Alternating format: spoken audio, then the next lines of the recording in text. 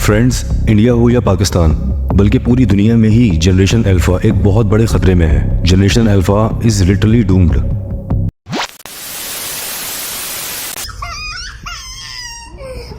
No need.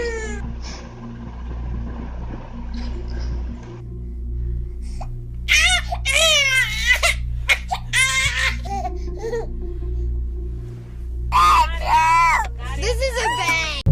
Different people have different definition of generation alpha, but जो loud and clear definition है generation alpha की वो है कि जो बच्चे 2010 से 2025 के स्पैन में पैदा हुए या होंगे वो सब जनरेशन अल्फा कहलाते हैं।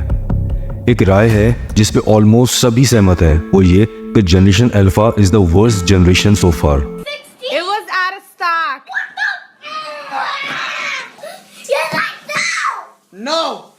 Hey, let's go, baby. Sorry, honey. I want the baby. Daddy, go get it. You may not talk to daddy like that. अब जनरेशन अल्फा के बच्चों में जो सिम्टम्स हैं वो काफ़ी कंसर्निंग और सीरियस है। इसके साथ जो प्रॉब्लम है वो इंटरनेट यूज़ करने से हुई है। मोबाइल और ये आईफोन आईपैड जो हम यूज़ करते हैं, इस वजह से इस बच्ची के मेंटली इसको प्रॉब्लम हुआ है।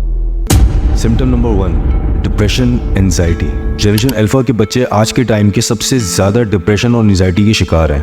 रिसर्च केस स्टडीज़ बताती हैं कि 6 साल से 8 साल के बच्चे डिप्रेशन और एंजाइटी के शिकार हो रहे हैं और इवन सुसाइड्स अटेम्प्ट कर रहे हैं। और कंसर्निंग बात यह है कि इस एज के बच्चों को आखिर किस बात का स्ट्रेस है, किस बात की एंजाइटी है।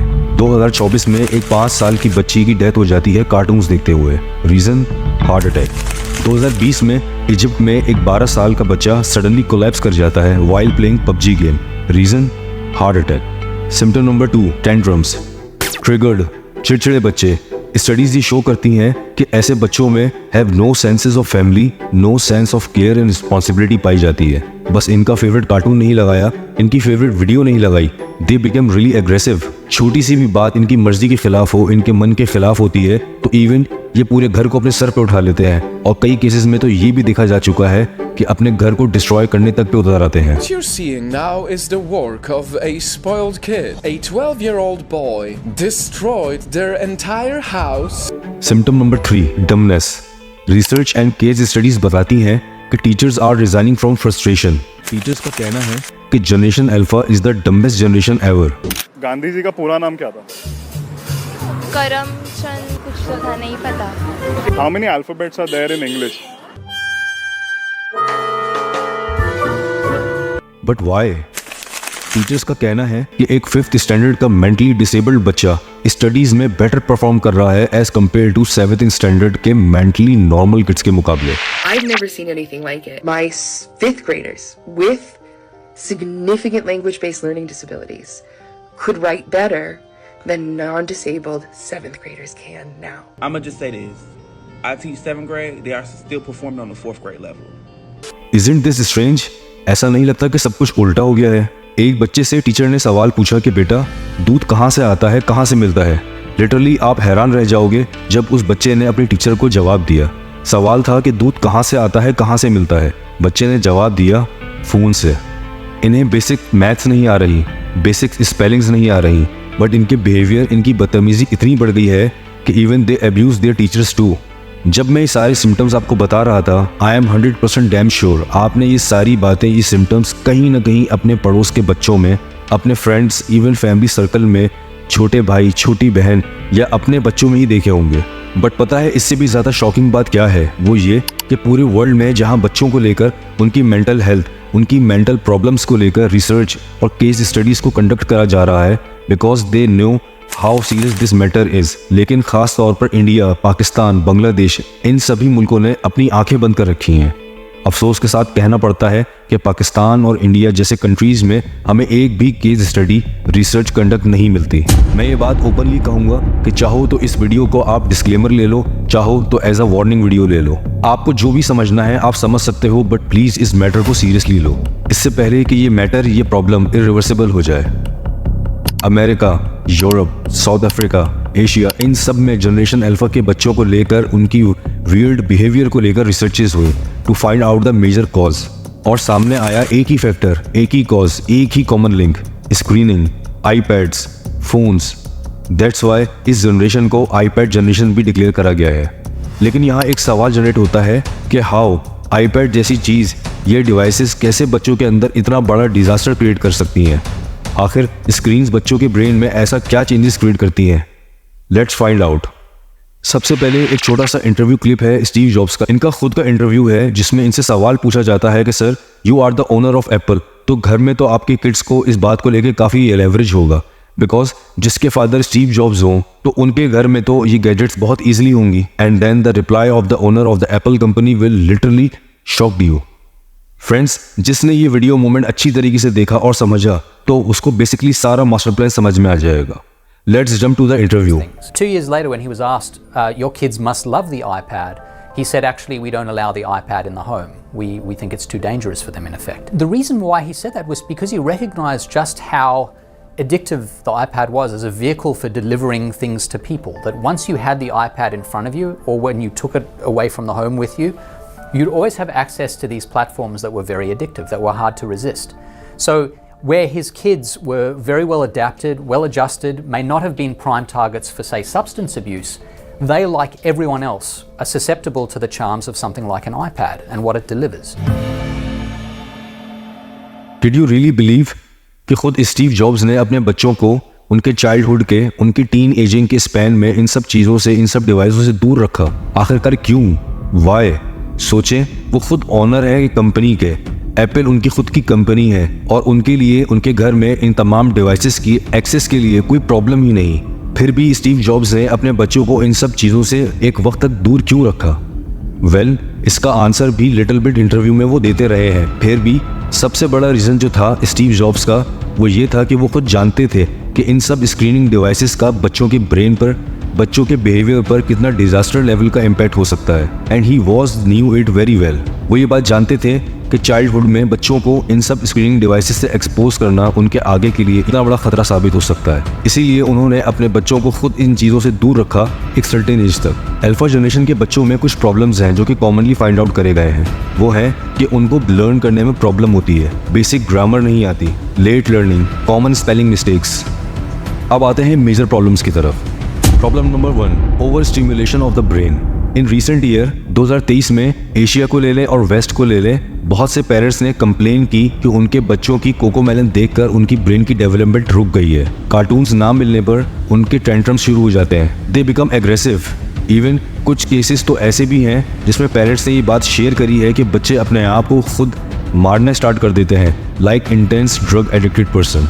और यही सेम बिहेवियर पैटर्न जो किड्स रील और शॉर्ट वीडियोस को कंज्यूम करते हैं उनमें भी पाया गया है। रिसर्च हमें बताती है कि एक बच्चा डेली दिन में 3 घंटे स्पेंड करता है only watching and scrolling the reels. और ये बात खाली रील्स की हो रही है, यूट्यूब वीडियोज़ और कार्टून्स वो अभी तक इसमें शामिल नहीं है। उसके लिए बच्चे अलग से अपना टाइम वेस्ट करते हैं। स्क्रीन्स का एक्सेसिव यूज़ करना बच्चों पर क्या इम्पैक्ट कर रहा है, उसके लिए एक्सपर्ट ने एक एक्सपेरिमेंट कंडक्ट करा। उन्होंने 10 चूहे लिए और उन्हें डेली हर रोज़ दिन के 6 घंटे डिफरेंट साउंड और डिफरेंट फ्लैशेस से एक्सपोज किया, बिल्कुल सेम जैसे YouTube shorts, FB reels, Insta reels वो सब करते हैं। सेम प्रोसेस रिपीट करा गया टिल 42 डेज और उसके बाद उन रैट्स की ब्रेन को डीपली स्टडी करा गया and the result will be shocked you. Rats के ब्रेन के वो पार्ट जैसे motor cortex, visual cortex, temporal lobe, ये सभी पार्ट एक्टिव थे at a same time for a long period.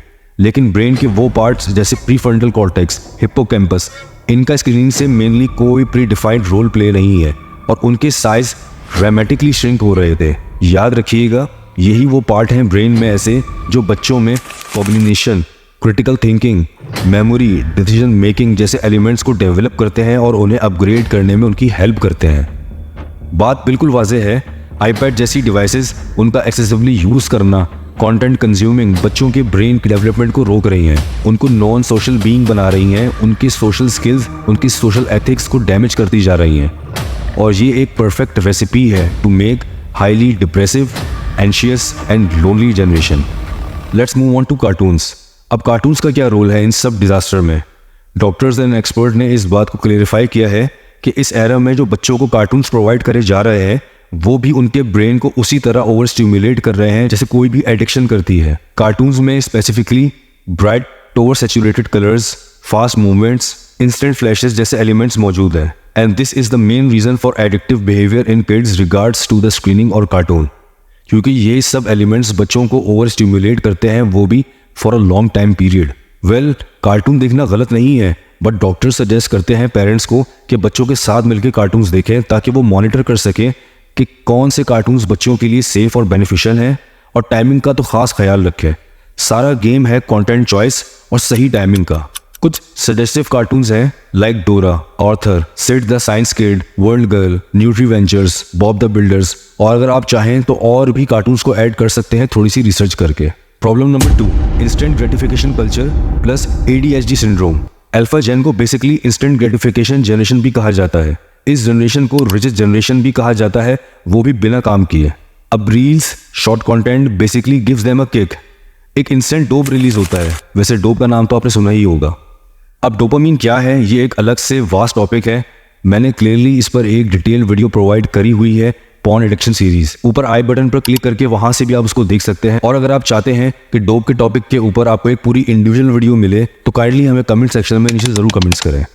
Let's move on to main topic. Just imagine बच्चे school से वापस आकर रील्स देखते हैं, तो होता क्या है, एक रील 6 सेकंड्स में एक डोप हिट करती है, second reel second dope hit, third reel third dope hit, and goes on. अगर इसको कंपेयर करें हमारी जनरेशन से, वेल हमारी जनरेशन में भी लैकनेस और लेजीनेस आ गई है, बट अगर इसको जस्टिफाई करने के लिए कंपेयर करें एंसेस्टर्स से तो डिफरेंस बिल्कुल क्लियर नजर आएगा। उनको रोज जिंदा रहने के लिए जितना एफर्ट, जितनी मेहनत करना पड़ती थी, उसका तो आज कंपैरिजन ही नहीं। खाली एक वक्त खाने के लिए उनको घंटों और कभी दिनों तक वेट करना पड़ता था शिकार के लिए। और यहाँ favourite cartoon cosy the couch, खाना टेबल पर, एफर्ट कहाँ है। इसलिए हमारे एंसेस्टर्स में पेशेंस, हार्डवर्क, परसिस्टेंस, स्किल, ये सब एलिमेंट्स मौजूद थे।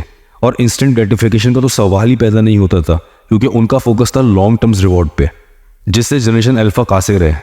और इसी वजह से ये इशू और भी कंसर्निंग होता जा रहा है। 1960 में प्रोफेसर वॉल्टर मिशन ने एक एक्सपेरिमेंट कंडक्ट करा, जिसमें उन्होंने 4 से 5 साल के और 100 बच्चों को शामिल करा। और वो एक्सपेरिमेंट था एक बहुत ही फेमस एक्सपेरिमेंट जिसका नाम है द मार्शमैलो एक्सपेरिमेंट। एक्सपेरिमेंट में था कि हर बच्चे के आगे इंडिविजुअली टेबल पर एक मार्शमैलो रखा जाएगा और कहा गया कि अगले 15 मिनट तक इसको नहीं खाना है। जो नहीं खाएगा उसको एक मार्शमैलो और मिलेगा, मीन्स 2 मार्शमैलो मिलेंगे खाने को as a reward. Then after 15 minutes बच्चों के रूम में अकेला छोड़ने के बाद टीम ने ऑब्जर्व करा कि सिंपल बहुत से बच्चों ने तो मार्शमैलो फौरन खा लिया और कुछ बच्चों ने लॉन्ग टर्म रिवॉर्ड के लिए वेट करा और मार्शमैलो नहीं खाया। और ये एक्सपेरिमेंट अगले 40 साल तक कंटिन्यू रहा। उन बच्चों पर स्पाई किया गया कि जिन बच्चों ने लॉन्ग टर्म रिवॉर्ड के लिए मार्शमैलो नहीं खाया था, वो आफ्टर 40 ईयर्स भी एक सक्सेसफुल लाइफ, एक सक्सेसफुल पर्सनैलिटी थे। और जिन बच्चों ने खा लिया था मार्शमैलो, वो आफ्टर 40 ईयर्स भी स्ट्रगलिंग प्रोसेस में थे। रीजन क्या था? The reason is only one, instant gratification. जब बच्चे बड़े हो रहे होते हैं तो उनके साथ साथ उनकी ब्रेन की वायरिंग भी बिल्ड हो रही होती है अकॉर्डिंग टू देयर एक्टिविटीज, कि किस एक्टिविटी के साथ कितना डोप मिलता है। तो फ्रेंड्स, बात बहुत सिंपल सी है, whatever get rewarded get repeated. Study से प्लेजर मिलेगा तो ब्रेन वायर्ड होगा स्टडीज से, स्पोर्ट्स से प्लेजर मिलेगा तो ब्रेन बॉडी को इसी एक्टिविटी के अकॉर्डिंग वायर्ड कर देगा। बच्चों को जब कार्टून्स, रील्स, शॉर्ट्स या कोई भी अनएथिकल या नेगेटिव या क्रिंज कंटेंट से प्लेजर मिलने लगे तो उनकी ब्रेन की वायरिंग भी अकॉर्डिंग उसी के थ्रू हो जाती है। रिजल्ट्स, बच्चों में ADHD के चांसेस बढ़ जाते हैं। बेसिकली ADHD क्या है? ADHD की फुल फॉर्म है attention deficit hyper activity disorder, और ये एक बहुत सीरियस प्रॉब्लम है। इसी सिंड्रोम की वजह से बच्चों के अंदर lack of concentration, lack of interest, basics maths को समझना, उनको सॉल्व करना, स्पेलिंग मिस्टेक्स, बेसिक ग्रामर को समझना, इन सब चीज़ों में प्रॉब्लम होती है। और फिर इन सब का आउटकम क्या मिलता है? एग्रेशन फॉर्म में। Problem number 3, lack of sleep. एक 5 साल की बच्ची कामनी इंडिया में कार्टून्स देखते देखते कोलैप्स कर जाती है। एक 12 साल का बच्चा इजिप्ट में PUBG गेम खेलते खेलते सडनली कोलैप्स कर जाता है। दोनों का डेथ कॉज सेम है, और वो क्या? Heart attack. लेकिन आखिर cartoons, games, reels, such content consume करने में ऐसा क्या है जो बच्चों में हार्ट अटैक अकर होता जा रहा है? According to the research, US की एक non profit medical facility Mass General Brigham ने बच्चों में हार्ट डिजीज होने का फैक्टर को फाइंड आउट कर लिया, और वो है lack of sleep. It is really unbelievable. 829 बच्चों की एक केस स्टडी करी गई और उसमें उनके पैटर्न्स को ट्रैक कराया गया, and the result will be literally terrified you. इन सब बच्चों में उनकी हार्ट हेल्थ को देखा गया तो उनकी हार्ट हेल्थ कंटिन्यू वक्त के साथ साथ डिक्रीज होती जा रही थी, और उन बच्चों में ब्लड प्रेशर लेवल इंक्रीज होता जा रहा था। हार्ट हेल्थ लो होती जाना, ब्लड प्रेशर इंक्रीज होते जाना, it takes directly to the heart attack due to the lack of sleep only. That's why sleep is very important and necessary for kids and as well as for adults too. क्योंकि body अपना healing process during sleeping hours में ही activate करती है to repair the body itself. ये God की तरफ से एक ब्लेस्ड और गिफ्टेड प्रोसेस है. Problem number 4, sexual content for kids. मैं किसी यूट्यूब किड्स के बारे में ज़्यादा मेंशन नहीं करूंगा, लेकिन ऐसा नहीं है कि हम लोग कर नहीं सकते. बट इशू इज़ कि ये वीडियो भी यूट्यूब पर ही अपलोड होने वाली है और मे बी पॉसिबल कि इस वीडियो को फ्लैग किया जा सकता है. बट अगर वाईटी किड्स की बात करें तो गार्डियंस की तरफ से वाईटी किड्स पर एलिगेशंस थे कि वाईटी किड्स पर somehow self harm, substance abuse and sexually suggestive content को प्रोवाइड करा जा रहा था. बट वाईटी किड्स तो फिर भी रेगुलेटेड है एंड यूट्यूब ने इस पर स्ट्रिक्टली एक्शन भी लिया और इसे क्लियर आउट करा. But what about the other social media platforms? What about Insta, FB? देखो यार, बात बहुत सिंपल सी है कि ये सब प्लेटफॉर्म्स हैं और इन सब के भी अपने रूल्स एंड रेगुलेशंस हैं, लेकिन सबका मैकेनिज्म, सबका मोटिव एक ही है, to attain to grab more and more audience attraction on their platforms.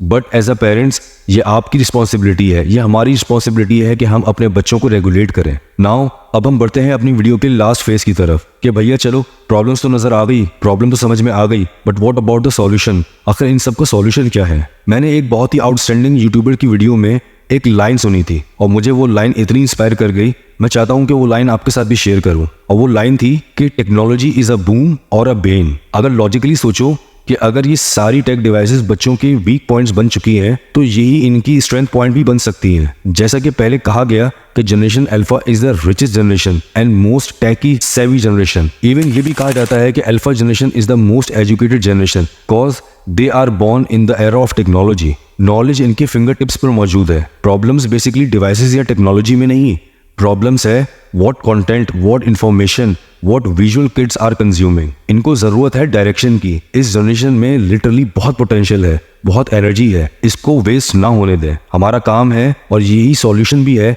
कि इनकी एनर्जी को, इनके पोटेंशियल को चैनलाइज करें, इनकी प्रॉब्लम्स को समझकर कोशिश करें कि पेरेंट्स होने के साथ साथ एक वैल्यूएबल फ्रेंडशिप रिलेशन कायम करें, बॉन्डिंग को मजबूत करें, कुछ पैरामीटर्स जनरेट करें, बच्चों को स्क्रीनिंग से हटा के रियल लाइफ जॉय इंट्रोड्यूस करवाएं, उनके साथ इमोशनल बॉन्ड जनरेट करें ताकि वो आपको एक केयरिंग, एक वेलविशर के तौर पर कंसीडर करें. फिजिकल एक्टिविटीज में इंडल्ज करवाएं और बच्चे फिजिकल एक्टिविटीज में तभी आएंगे जब उनका दिमाग इन सब टाइम वेस्टिंग स्टफ से हटेगा. यही सही वक्त है स्टैंड लेने का और एक्शंस लेने का. कहीं ऐसा ना हो कि जो सिचुएशन वेस्ट में हो चुकी है वही सिचुएशन यहाँ पर भी हो जाए और सिचुएशंस और कंडीशंस हमारे हाथ से बाहर निकल जाए.